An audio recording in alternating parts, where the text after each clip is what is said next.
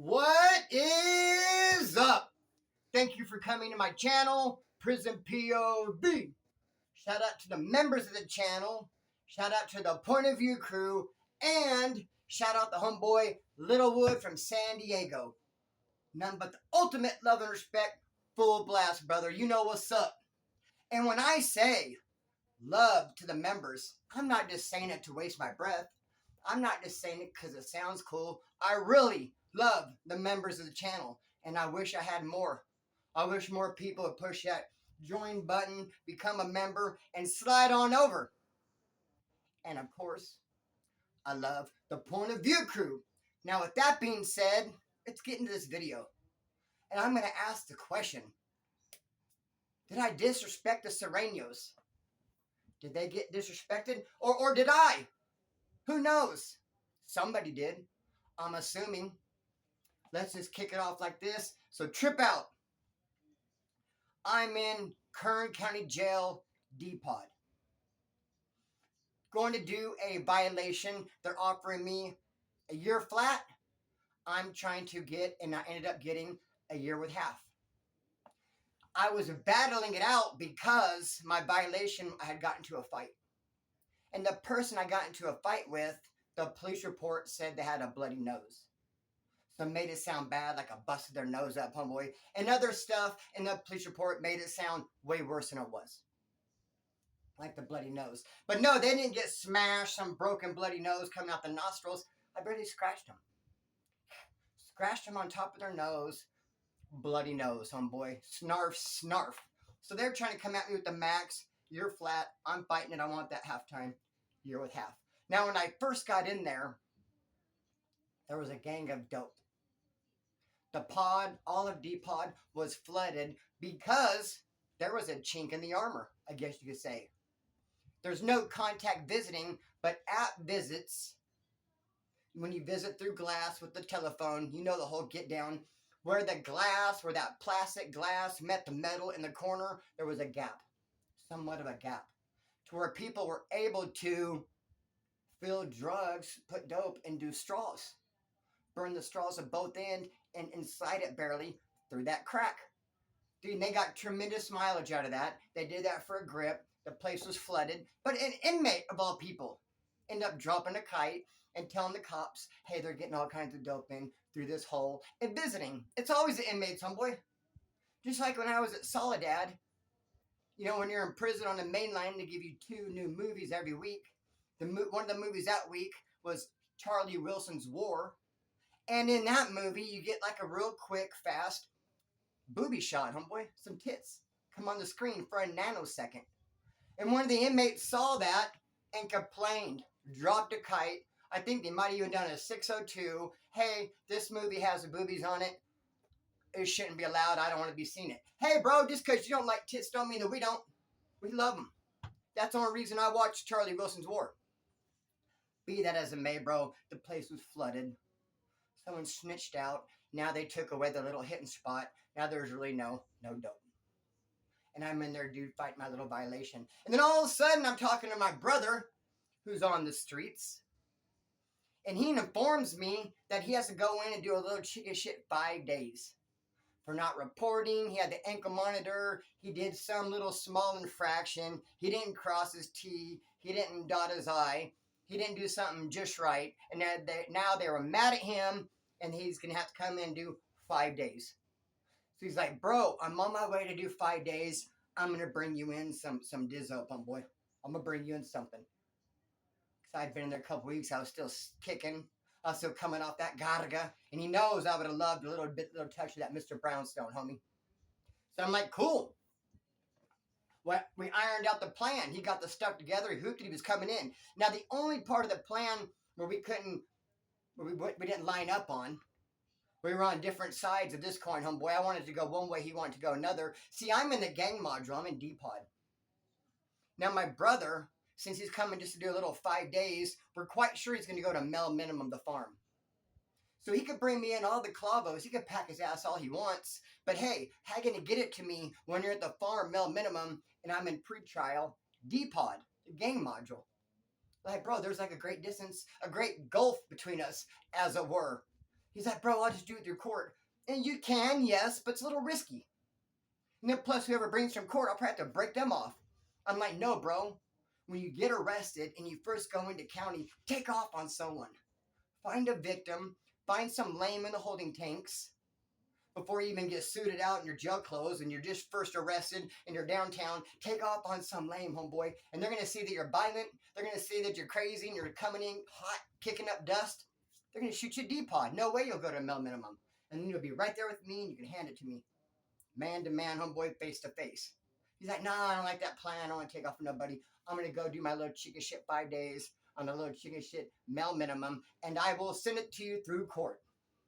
Like, all right, bro. Fingers crossed. So the day happens. It goes down. That Folio gets arrested. He goes to mil minimum, and he ends up shooting it through court. And I'm laying in my bed one night, and I hear, Splinter, you got a phone call. That's what they would call it, because see, the pod, D-pod, is made up of 6 pods, D1 through 6. And if you're in D3, you could talk to D2, or you could talk to D4 on the door. And now they don't say, hey, there's someone standing at the door for you, someone wants to talk to you through the crack in the door. No, they just say you got a phone call. Of course, there's no phone. There's no phone call. That's what they call it, homeboy. Splinter, you got a phone call from D4. So I go over there and someone goes, here, bro, you Splinter? I go, yeah. And they cite it to me and they give me a little clavo and I go back to my pad and it's a gram of Garaga and it is a 1/4 ounce of weed. Shoo! Good looking out, Ricochet. It's like Christmas up in here. Awesome, bro. Hey, my mood immediately lifted. I'm doing great now, dog. Bro, I got rid of the Malias, at least for a second. I'm blazing. I'm kicking a couple people down. I sold a stick or 2 for some cinnamon rolls and some coffee. I'm doing great. Everything's great. But hey, it ran out hella quick. Of course it did. That stuff goes fast. You got a lot of hungry mouths. Everybody wants to get touched. And a gram of Garaga and a 1/4 ounce of weed isn't going to go that far.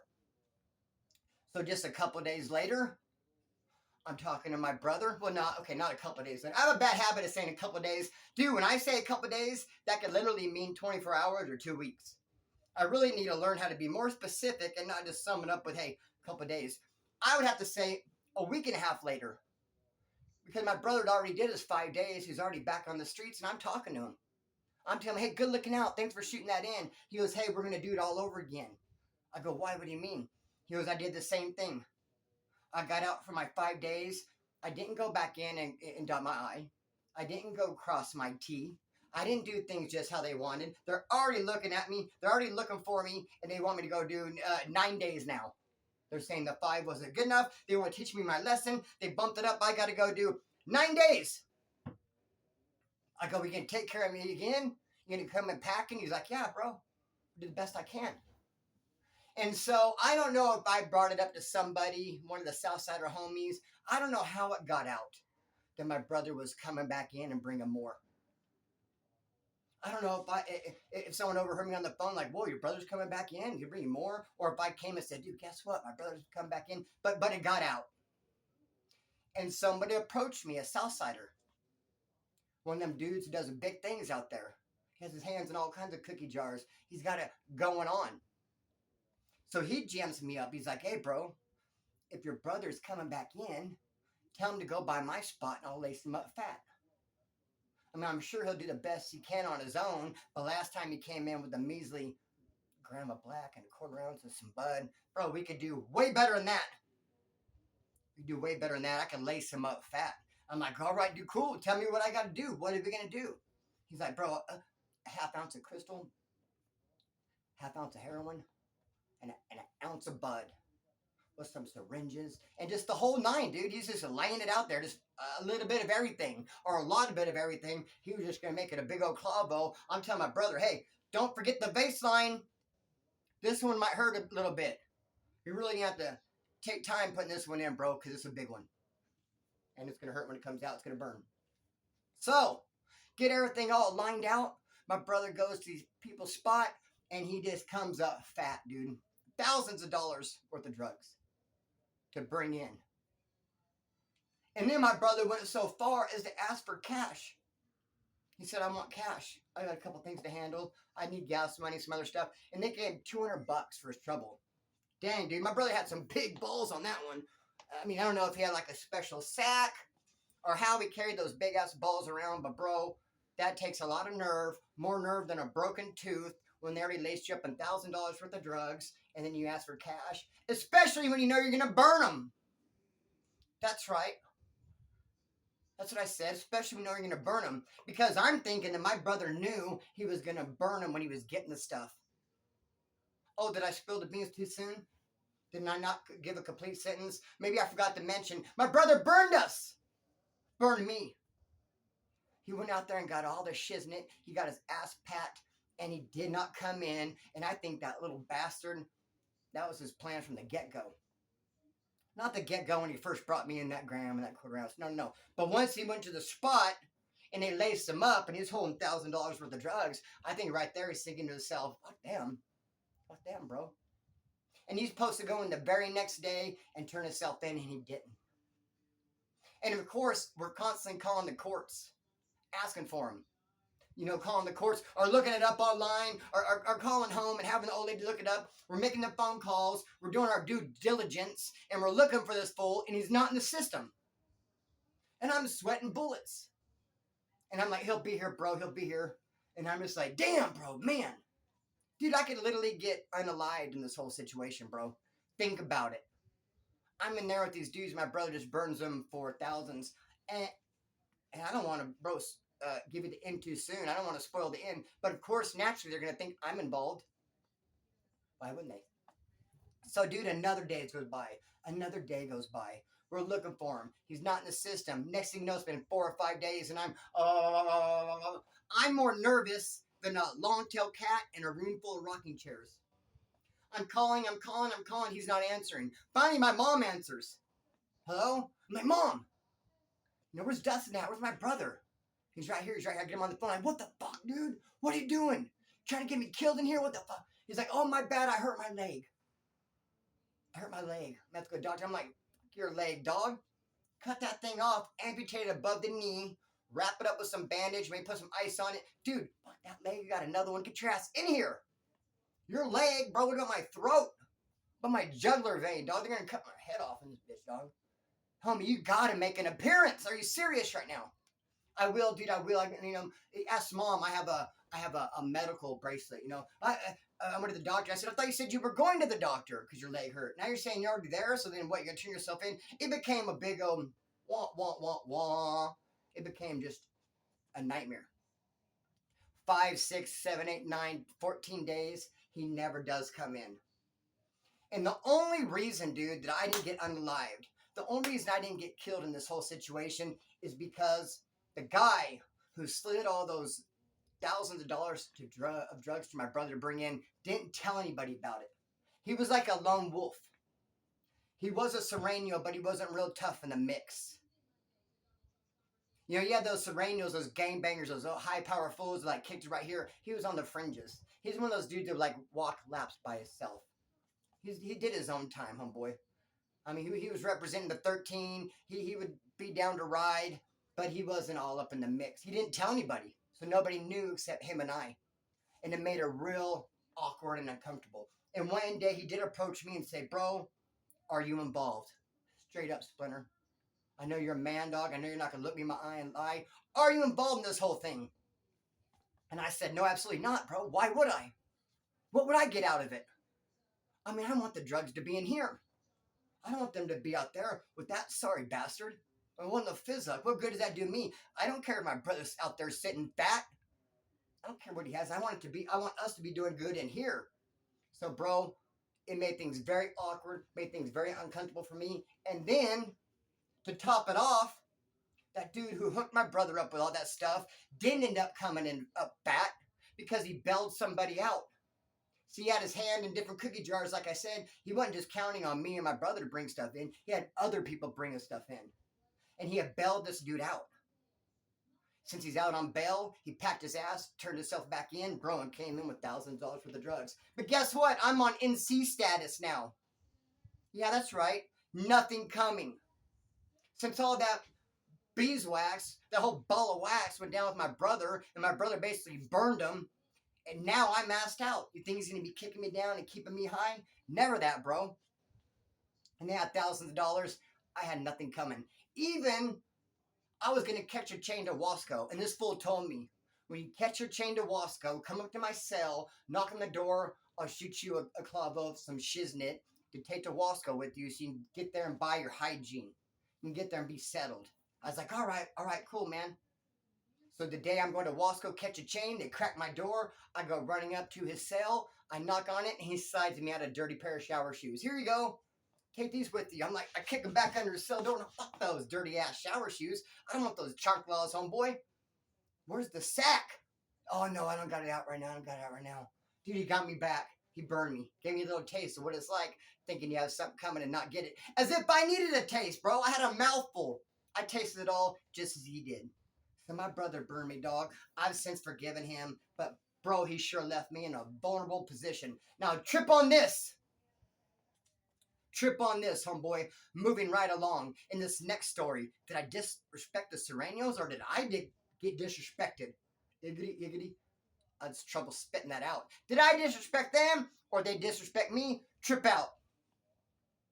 In Kern County Jail, even Wasco reception or mainline, bro, clothes are very important. Even though we all got the same bitch ass pajama looking elastic waistband, V-neck, brown, sagging, no good, dirty old jail clothes, bro, the better and nicer your clothes are, like the more respect you get.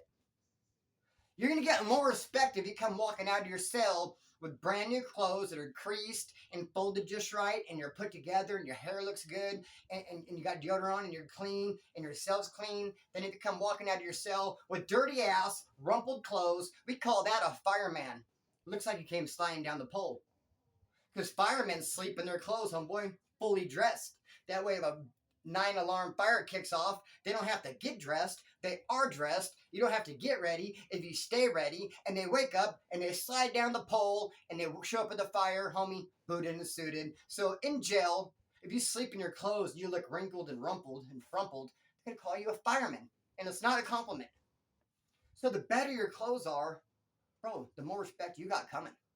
And if your shit looks dirty and shot out, you're going to be considered a dirty, shot out individual. So I say all that to say this, bro, that the way we get clothes in D-Pod is from the females. Every Tuesday, the females come in. There'll be about 10 females. They'll bring in all these big plastic carts on wheels that come rolling in all these carts. They got blankets and sheets and towels and socks, underwear, pants, thermals, shirts. They bring all the stuff in.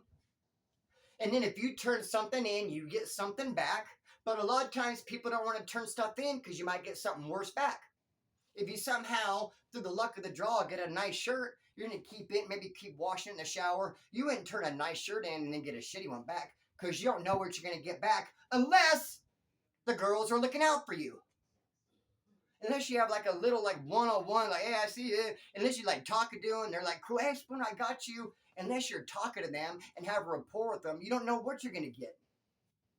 So when the girls come in with those big plastic carts, rolling in with the wheels, and they have all the clothes, the dudes, are, of course, I mean, they're females, are getting at them. Not only because they're females and they look good and it's only females we get to see, but they want action on the good clothes, homie. And now there's not a lot of white girls that come through. Mostly it's Hispanic, black. There are a couple white chicks that they're like older or they're just not my stilo. Very few times you get like a legit straight up Featherwood come rolling in that could look at and be like, oh, what's up, homegirl? Shit, I'm cut from the same cloth. That's one of mine right there. Damn, what's up, girl?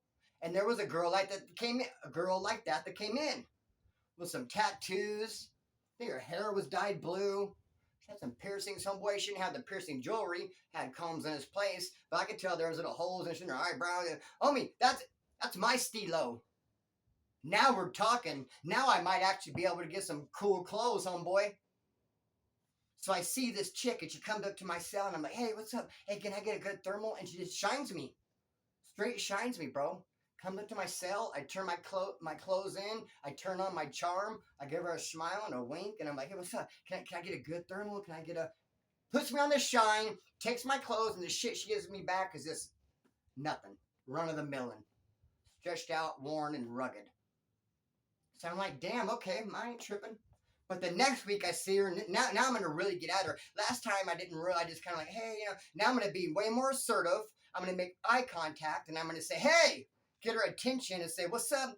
Can I get some clothes and get an answer out of her? I'm not going to be, so homie, tucked in the cut with it. I'm not going to be so bashful and shy about it. I'm going to come boldly and say, give me some good clothes, homegirl. So she comes by my cell change. I say, hey, can I get a good thermal? There's thermal I have a shout out. Can I get some good and a good brown shirt? Can you give me a good towel? Hook me up.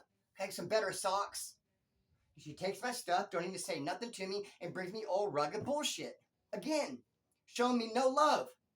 When I see these Southsiders getting at these Hispanic chicks and they're showing the Southsiders love, I see the black dudes getting at the black chicks and the blacks are showing them love. And here comes this Featherwood and a good white boy can't get some good clothes. So after she gave me my stuff and she walked away and I saw her and I was like, I flipped her off. As they were leaving. As she gave me shitty clothes for the second time and she's walking away, flip her off. Now 2 days later we're having an unlock. In the gang module, it's rolling lockouts. 20 cells, 5 out at a time. This 5 cells out for a couple hours, then they go away. Then these 5 cells open up, and these 10 guys come out for a couple hours, and then they get put back. Then it's a rolling thing, 5 out at a time. On my lockout, of my 5 cells, 2 woods, 2 blacks, 6 Southsiders. Out of the 5 cells, 1 white cell, 1 black cell, 3 Hispanic cells. And the dude who had the keys for the Southsiders had a chip on his shoulder, bro. There was tension there. He wasn't cool. He was likable. He'd probably be much better in a different environment. But dude, he was pissed off and bitter because actually the cops framed him. That was his story. He was sticking to it. And he has strikes. So any kind of felony he gets is doubled up 80%. In other words, if he were to steal a car, instead of getting 16 with half, he'd get 32 with 80. But he got caught with a sack of dope. A 16th that he swears up down was not his. The cop planted it, and yet he got 6 years at 80. 3 years, doubled up 80%. For a sack of dope he swears isn't his. And he woke up every morning with that on his mind. He was mad about it. He never smiled. He never joked. He never laughed. All business and just a chip on his shoulder. So our 5 cells open up, homeboy. We're getting ready to go day room. We just had store. I got all my goodies in a bag in the corner of my cell. And I'm over there like this in the corner, getting a bag, getting some goodies. And I feel presence behind me. And I turn around and all the Southsiders there in my cell. All 6 of them. And one of them's like this. He ain't scratching his nuts, homeboy. He's holding a filetto. All 6 of them pushed up in my cell, which is disrespectful in and of itself. All 6 of those fools pushed up in my cell and I turned around like, excuse me, can I help you? And he's like, hey, bro, why'd you disrespect our homegirl? Says the head honcho, says the meadow, says the mouthpiece. Hey, disrespected our homegirl.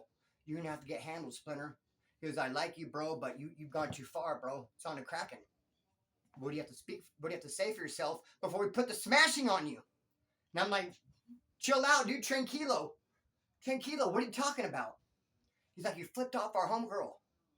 I go, who, that blue-haired Featherwood? He goes, no, the Mexican chick. I go, no, bro, we're getting our wires crossed. Hell to the no, fuck that, dog. I didn't flip off no Mexican chick. Why would I do that? I said, you didn't see that Featherwood rolling around with the blue hair and the tattoos? I flipped her off, bro. I said, because look at you. Look at the 6 of you. You look great in your shiny brand new clothes. Lift up your pant leg. Let me see that sock. Wow, look at all the elastic. Your thermal look seems like it fits. I bet you got nice sheets and towels. Look at me. Look what I got. Junk. Look at this junk, homeboy. I'm a rag. I'm a wood. I'm in and out of the pen. I got respect coming from the Featherwoods, homeboy. That blue-haired bitch treated me like shit, dog. She gave me funky-ass clothes. Not hooking me up 2 weeks in a row. So I flipped off that chick, brother. I flipped off that white girl, which is basically my business, not yours. Well, any interaction between me and a white chick has nothing to do with you. But I see what you're saying. I mean, when you throw a bird out there, whoever looks at it, I guess they can claim it. If there's 10 people standing there and you go like this, probably all 10 of them will think it's for them. I don't know. I didn't even see no Hispanic chick. I was focused on that Featherwood, bro. He goes, I don't know, man. He goes, here's what it is. I got a kite to smash you for flipping homegirl off this morning. But I have enough respect for you, Splinter, that I came to ask you and let you stick up for yourself verbally to see if there was some sort of homie miscommunication. You're saying there was. You're saying you didn't flip her off. You're coming with a story. So all I can do, Splinter, is send a kite back relating to me what you're saying. That it was an accident. You apologize. You didn't mean to flip off my Hispanic girl, homegirl. You're flipping off that white chick for giving you messed up clothes. That's a story. I'll send it forth. But if they write back saying we don't care, smash them anyway, you're getting smashed as a straight up heads up. But if they write back a kite and saying, okay, it's good, squash it, then we'll squash it. He goes, it's not on me, bro. I'm a soldier at this point. I'm acting on orders. So we're going to put it on pause and see what happens. So for the next couple of days, bro, I'm like, bro, at any minute, bro, me and my celly's going to be a 2-on-6, I'm thinking. Who knows what they're going to write back and say? I don't know what kind of mood they're in. I really don't even know what the hell's going to happen. But I guess they did write back a kite and say, okay, leave dude alone. It's all good. I guess he did flip off homegirl. Fuck him for that. But we're not going to smash him over it. And let me tell you what, dog. The next time I turned in my clothes, they came by next week. I'm thinking everything's squashed. I'm thinking everything's cool. I'm going to act like nothing happened and just put my clothes up there. Bro, I got like a little baby shirt. Thermal. I actually turned my thermal in, bro. I sent them olive branch. I'm like, here, I'm going to give you my clothes. I'm going to trust that you're going to give me good stuff. Everything's squashed. I apologize. Here you go. Bro, I got back stuff unwearable. I got some socks back that had no elastic. I got sheets back that were shredded, towel, tossed up, everything jacked up, worst clothes I've ever seen in my life, bro. And that's how it stayed for the next several weeks. I was having to go out on the tier, homeboy, and hustle me up different clothes from different people. Like, hey, Wood, I see you have 3 good shirts. Can I have one? Because mine are all trash. The girls make sure to it. The girls make sure that my shit's trash. Do you know what I mean? Do you feel me? So that's what's up with that. Wow, two stories turned into 27 minutes. I would have never seen that coming. I'm going to cut the string and let it fly.